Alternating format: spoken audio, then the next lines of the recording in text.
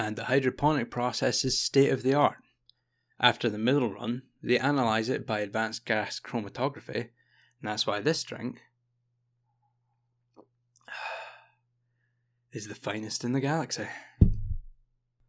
Adamantium didn't particularly care for gin, but since Furio's return to Coney Gateway, he was somewhat enjoying the customary lectures that followed consumption of half a bottle of Centauri. Adamantium's beer was taking effect, and he found a subtle glow from the glass to be somewhat hypnotic, as began yet another tale of gin-themed adventure. The first flicker of lights went almost unnoticed. The second lasted longer, and the bar became hushed. Distant booms could be heard echoing around the station, and the Starn Garter was suddenly bathed in the green glow of emergency lighting. While patrons gathered against the viewing windows, gazing out in search of some clue as to the source of the power failure, the darkness was cut by bright blue light that washed the very colour from their surroundings. The station defences were firing, and 2 unauthorised Vipers disintegrated as they boosted into the docking port, setting the debris into a gentle, tumbling drift across the station interior. The thunderous sound of their destruction resonated throughout the structure. More and more ships were shredded as they attempted to boost into Coney Gateway in order to avoid the defences, but by now the laser blasts were simply becoming ineffective. The apparent damage to the station's power plants reduced the power to their internal batteries, and their usual blinding luminance dimmed even as they fired. Soon, they would do little more than cause superficial damage to the flickering, pulsing shields of the evading ships. An ever-growing cluster of scrap remaining around the Orbis docking port was suddenly and violently dispersed. A crippled Python burst through the cloud of wreckage, its core modules exposed through its lacerated hull, sparking and spitting flames as it crashed down unceremoniously onto a landing pad at the furthest side of the station. Adamantium recognised the markings instantly. The crowd in the Starn Garter rushed, looking for an escape, and swarmed around the emergency exit that suddenly crashed down, blocking their path. The 2 Dragon pilots at the bar eyed the shadowy horde as it grew, the sounds of panicked cries and shouts forming a dark chorus. From the other side, a voice suddenly boomed, and the crowd hushed. "Get away from the door! Move away! Get away from the door!" The following explosion sent the mob tumbling to the floor, but it was controlled, deliberate. A cloud of smoke swept through the space that used to be the bulkhead door, and an imposing silhouette approached. "Dowcow," quipped Adamantium, recognising the figure. "You look like crap. Have you been out at Hutton Orbital again? We thought Archon had turned you into a burger and fed you to the pirates." "I should have known you'd be drunk," replied Dowcow breathlessly. "I've sent several comms messages trying to warn you. He's here." Furio grinned at Dowcow. "Who's here?" It was the sort of grin he employed when his bar tab was due and had no means to pay it. Dowcow looked uneasy and seemed to be stalling for time. The swift and heavy-footed arrival of fellow dragons Urbaran and Fangs was a welcome distraction from the awkward silence. "Guys, we ought to get to our ships," urged Urbaran. "The station is running on 40% power, defences are offline, security has been compromised. The best chance we have is to defend from outside the station." Fangs, observing the destruction within Coney Gateway's interior, turned back from the observation window. "I don't think that's going to be an option." Furio and Adamantium moved to look. A squadron of enemy Fer-de-Lance and Viper ships now occupied the station. The few vessels that had tried to run had seen their shields decimated in seconds and their ships disabled before they could launch. This invasion force displayed the infamous arachnid skull logo on their hulls. The Kumo crew. Among the hush and confusion, a dark shadow loomed at the station entrance. An anaconda drifted regally into Coney Gateway, crushing and splintering the stray, dismembered husks of destroyed ships as it set down on the landing pad. Within moments of its docking, the announcement system clicked, buzzed, and crackled. The sound resonated throughout all occupied areas of the station. "I am Archon Delayed. Who is in charge of this Dragon Squadron?" All 4 members of the 8th exchanged glances. Fangs looked angry. Furio took a drink. "Judging from that elaborate entrance," Adamantium said, "I think I need to go see what he wants." Furio nodded. "Agreed, brother. This joker sure seems eager for a gin wag. He snatched a quarter-full bottle of gin from the tabletop and snuck it into a leg pocket of his flight suit. But if, gentlemen, we are about to go to meet our collective demise, I'm taking this bloody bottle with me.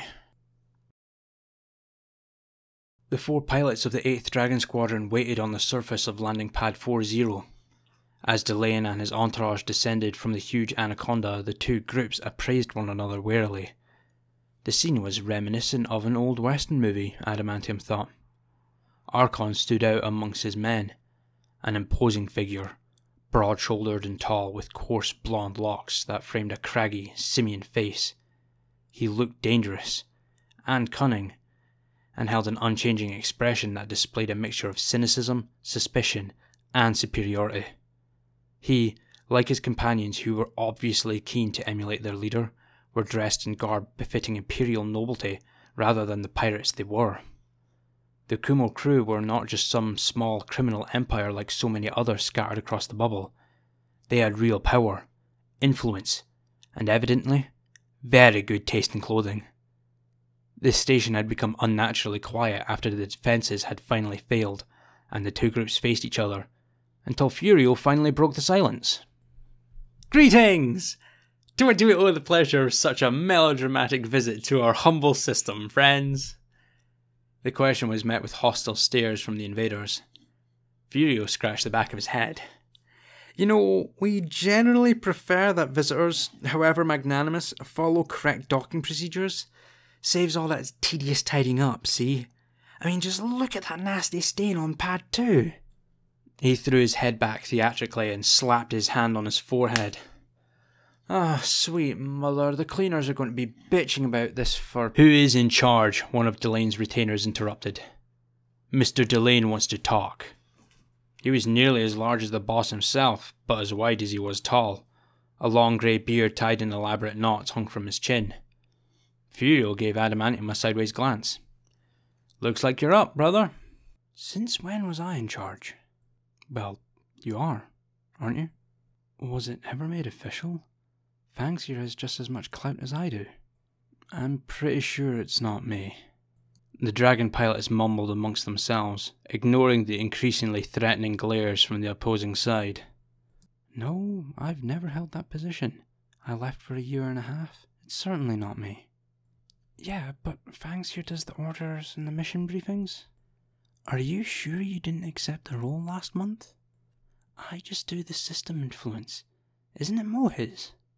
Yeah, well, where is Mohiz anyway? Enough! Boomed Delane. His voice echoed through the station. You, he pointed at Adamantium. You with the scar. Come, and bring your lunatic and his bottle with you. Adamantium and Furieux turned to each other and shared a concerned glance, before Adamantium turned back to Fangs. Be ready with Plan B. Fangs glanced stopped with a look of concern on his face. Plan B? Really? We need to be ready, just in case. Plan B. The ready room of Delane's Anaconda was surprisingly modest, almost stock. Adamantium had expected it to at least contain the common trappings of a modern pirate vessel. Perhaps human skulls or other trophies taken from their victims, personal weaponry, litter even. But it was clear, clean, and pristine. He and Furieux were shoved roughly into the room by 2 of Delane's men. Delane himself moved around the desk and sat down heavily. He leaned back into the chair and put his feet up on the table, and began the staring game again. Nice boots. Have you had them long? Furieux asked with a chuckle. Shut up, Delane grunted, turning his attention to Adamantium. Why are you here? Adamantium frowned. Shouldn't we be asking you that question? You come into our system with guns blazing, and it is not your system. It is ours now. What exactly is it that you pathetic drunks do here? Actually, Furieux said, it's a common misconception that dragons are drunk all the time. Like everyone else, we occasionally have to sleep. I told you to shut up. Well, excuse me, Furio retorted, feigning hurt. We're mercs, based right here on Coney Gateway. We offer military and logistical services to factions across the bubble, Adamantium explained. Then why are you causing political and economic upset in the systems surrounding Patakura? A condition of well-supplied and efficiently run stations and planetary bases?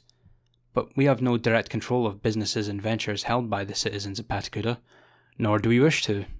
You are suggesting that your people continue to push forward into outlying star systems without your say-so? Well, they don't need our permission or our blessing. As I said, we do not govern directly, as left to the civilian population. We never meant to become a fully blown political party in our own right. We simply evolved into one. The peons keep our bar supplied in return for protection, Furio piped up. It's a very lucrative and symbiotic relationship. Protection? Your tiny outfit did not offer much protection an hour ago. Destroying your defences was easy. It's not over yet, Mr. Delane, Adamantium said quietly with just a hint of menace. Delane's eyes narrowed and he looked dubious for a moment before sitting up properly in his seat. While I admire your audacity, I don't think you're in any position to be making threats. We have Coney Gateway under lockdown, and there is nothing stopping me from having you killed right here, right now. What you say is true, but you and your team would never make it out of here alive if that were to happen. Delane laughed out loud, a booming, animalistic sound that ricocheted off the very walls of the ship. His bodyguards joined him in his riviere. Nonplussed, Adamantium further explained. Our station security has recently been overhauled with some new tech. Its design allows us to keep unwanted vessels out, but can also serve to keep ships in. A giant cat flap, if you will, Furio added helpfully. Adamantium stifled a childish giggle and continued. The docking bay is already sealed. Ask your men. If we do not return to our HQ, the bar, interrupted Furio. Within 1 standard hour, the entire docking cylinder will be purged, killing everyone in it. Including you, Delane pointed out. Including us. And this is why we must now discuss our options. Perhaps there is some sort of mutually beneficial agreement we can come to? Delane stood up. A clever trick. Even if this is only forestalling the inevitable, the systems in the surrounding sector are important to us, and must be maintained specifically to further our goals. We will return, and you will be destroyed. Furio made a rasping sound. That's not exactly the kind of mutually beneficial agreement we had in mind. Really, listen, we have a better idea. 30 minutes later, the last of the Kumo crew ships departed Coney Gateway. Back in the Starn Garter, Adamantium set about informing the rest of the Dragon Squadron of the events that transpired aboard Delane's vessel. The mercenary group had settled an agreement that would see Patakura safe from further attacks, but in return, they had consented to fulfill a contract for the so-called Pirate King of Harma. The campaign details, Delane had told them, would be sent securely at a later date. At the bar, Furio ordered drinks for the entire crew. Cause for celebration, my fine liquid refreshment-bearing friend, he said, gleefully rubbing his hands together. The bartender shook his head defiantly. Not this time, you. You still haven't paid your last tab. Would you like an invoice now, or later? Well, hell. You see, sir, it's like this.